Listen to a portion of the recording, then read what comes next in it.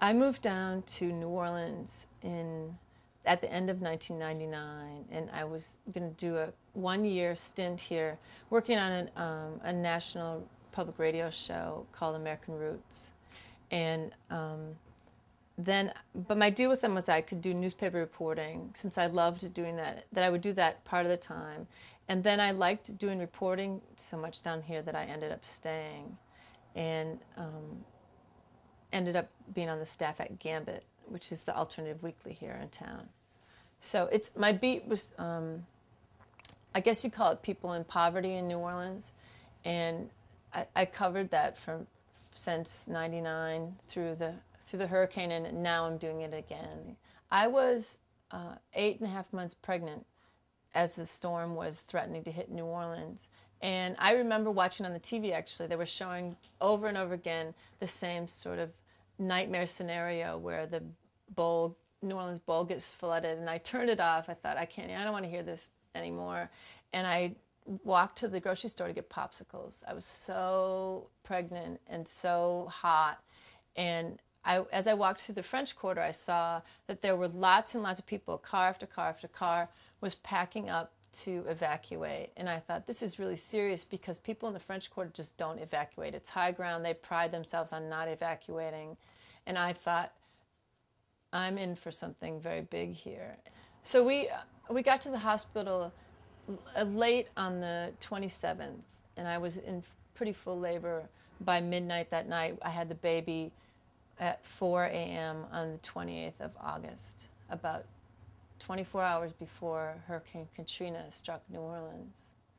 And now it seems so foolish. It seems, because the hurricane hit so hard and we were so unworried about it. We got through the storm. The generators didn't make it through the storm very well. And so our part of the hospital was hot, very, very hot and without lights, even by that evening.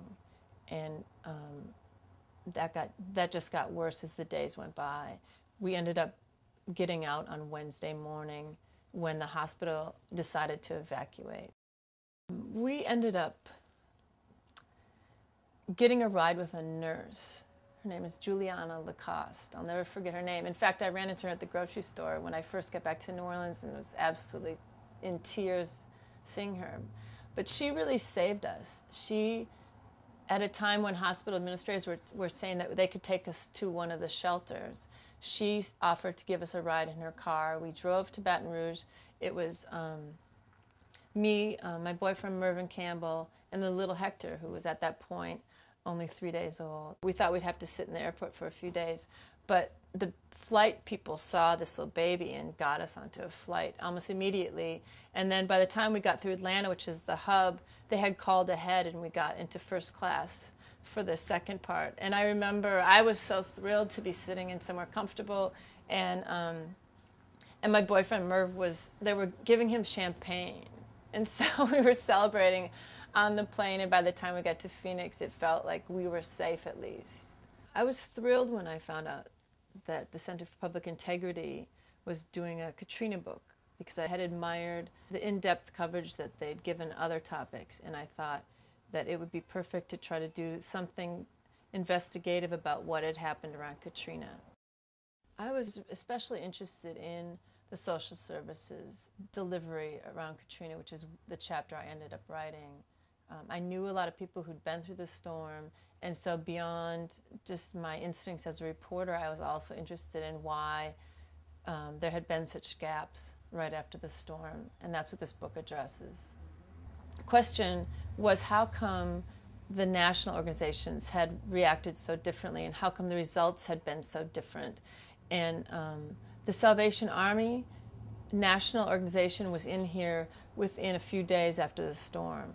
They had a kitchen out in La Place, which is about 20 miles from New Orleans, and they were sending in food trucks very quickly after the storm.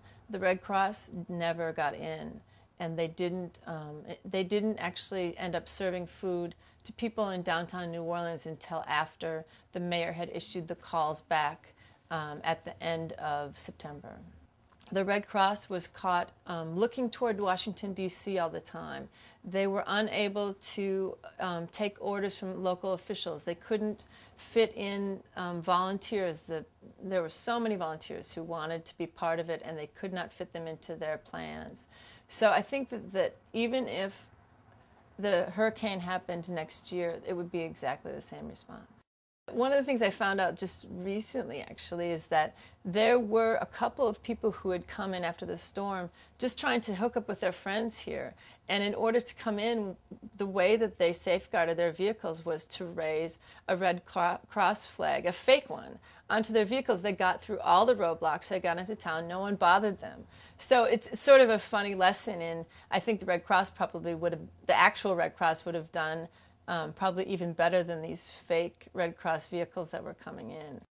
It does feel really good to be back here in New Orleans. I think partly because other people have been through the same thing you've been through, and so you can relate to what everybody's thinking in a much different way. But also, it's just New Orleans is a town that loves babies. I have a little baby. And, if I go somewhere with him, I have to leave another extra maybe half an hour because people are going to stop him on the sidewalk and check his legs and tell him he's fine and see how many teeth he has.